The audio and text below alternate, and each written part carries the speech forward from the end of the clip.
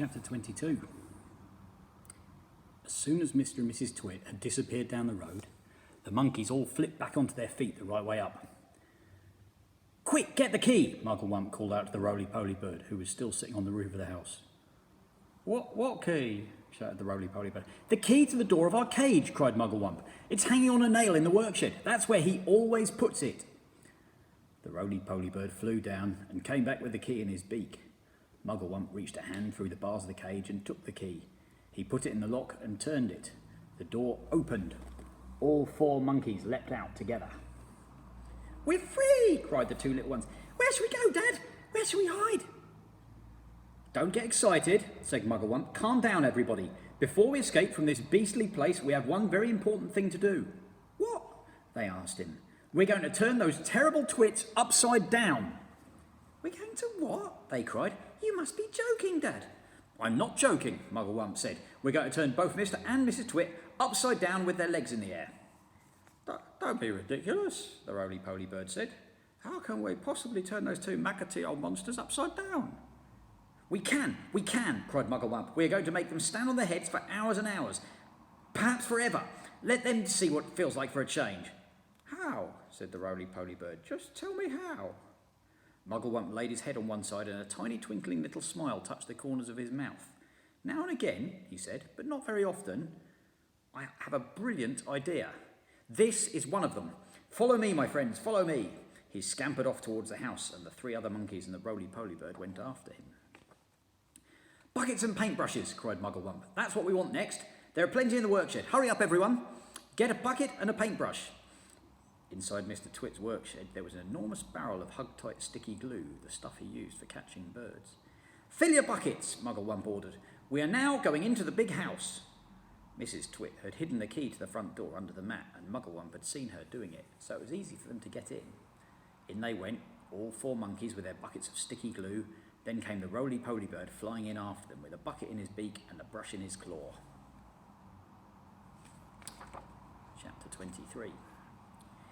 "This is the living room," announced Mugglewump. "The grand and glorious living room where those two fearful, frumptious freaks eat bird pie every week for supper." "Please don't mention bird pie again," said the roly-poly bird. "It gives me the shudders." "We mustn't waste time," cried Mugglewump. Hurry up.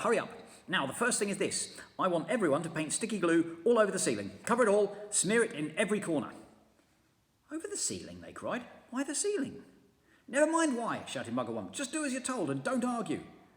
"But how do we get up there?" they asked. "We can't reach." "Monkeys can reach anywhere," shouted Mugglewump.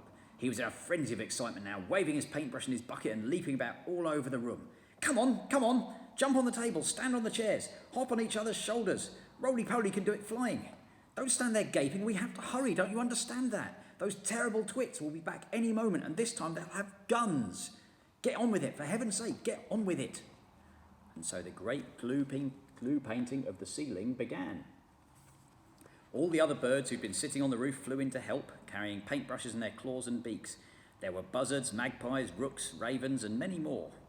Everyone was splashing away like mad, and with so many helpers, the job was soon finished. Chapter 24.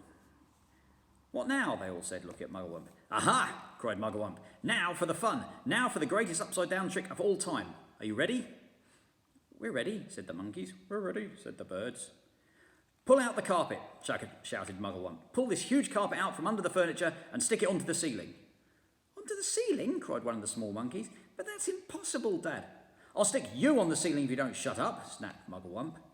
"He's dotty," they cried. "He's balmy, he's batty, he's nutty, he's screwy, he's wacky," cried the roly-poly bird. "Poor old Muggles has got off his wump at last." "Oh, do stop shouting such rubbish and give me a hand," said Mugglewump, catching hold of one corner of the carpet. "Pull, you nitwits, pull!" The carpet was enormous. It covered the entire room from wall to wall. It had a red and gold pattern on it. It's not easy to pull an enormous carpet off the floor when the room is full of tables and chairs. "Pull!" yelled Mugglewump. "Pull! He was like a demon hopping around the room and telling everyone what to do. But you couldn't blame him. After months and months of standing up on his head with his family, he couldn't wait for the time when the terrible twits would be doing the same thing. All at once, the whole ceiling of the living room was carpeted in red and gold.